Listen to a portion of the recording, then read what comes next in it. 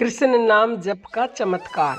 वृंदावन से एक गोपी प्रतिदिन दूध दही बेचने मथुरा जाती थी। एक दिन ब्रज में एक संत कथा करने आए। वो गोपी भी उनकी कथा सुनने गई। संत ने कथा में कहा, भगवान के नाम की बड़ी महिमा है। इस नाम का जाप करने से बड़ा संकट टल जाते हैं। नाम तो भवसागर से तारने वाला है। यदि भवसागर से पार होना है तो भगवान का नाम कभी मत छोड़ना। कथा समाप्त होने के बाद वो गोपी अगले दिन फिर से दूध बेचने चली गई।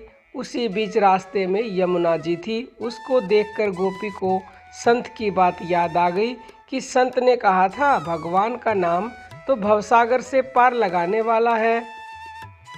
उसने सोचा, जिस भगवान का नाम भवसागर से पार लगा सकता है तो क्या उन्हीं भगवान का नाम मुझे इस साधारण सी नदी से पार नहीं लगा सकता। इसी निस्वार्थ भाव के साथ गोपी भगवान का नाम लेकर यमुना जी की ओर आगे बढ़ गई।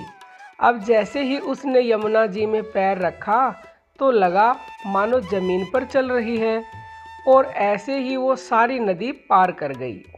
दूसरे पार पहुंचकर उसे बहुत ही प्रसन्नता हुई और मन ही मन सोचने लगी कि संत ने तो ये बड़ा अच्छा तरीका बताया पार जाने का।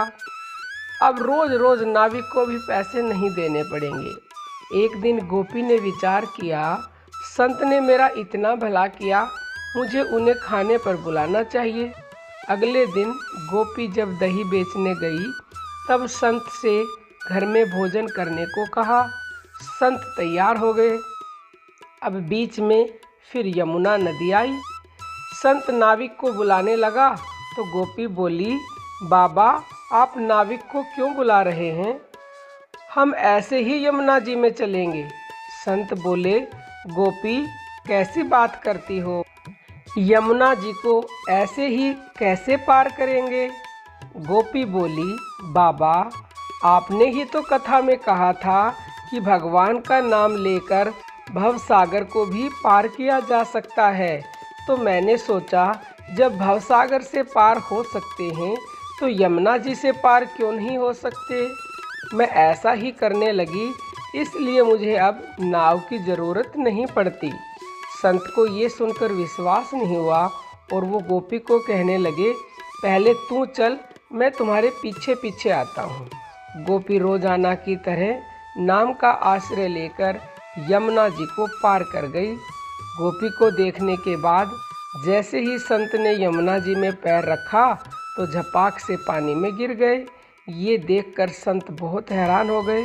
अब गोपी ने जब देखा तो कि संत तो पानी में गिर गए हैं, तब गोपी वापस आई और संत का हाथ पकड़कर जब चली तो संत भी गोपी की भांति ही ऐसे चले जैसे जमीन पर चल रहे हों।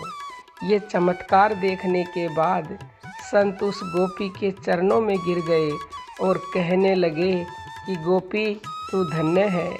वास्तव में तो सही अर्थों में नाम का आश्रय तुमने ही लिया है, और मैं जिसने नाम की महिमा बताई तो सही, पर स्वयं नाम का आश्रय नहीं लिया।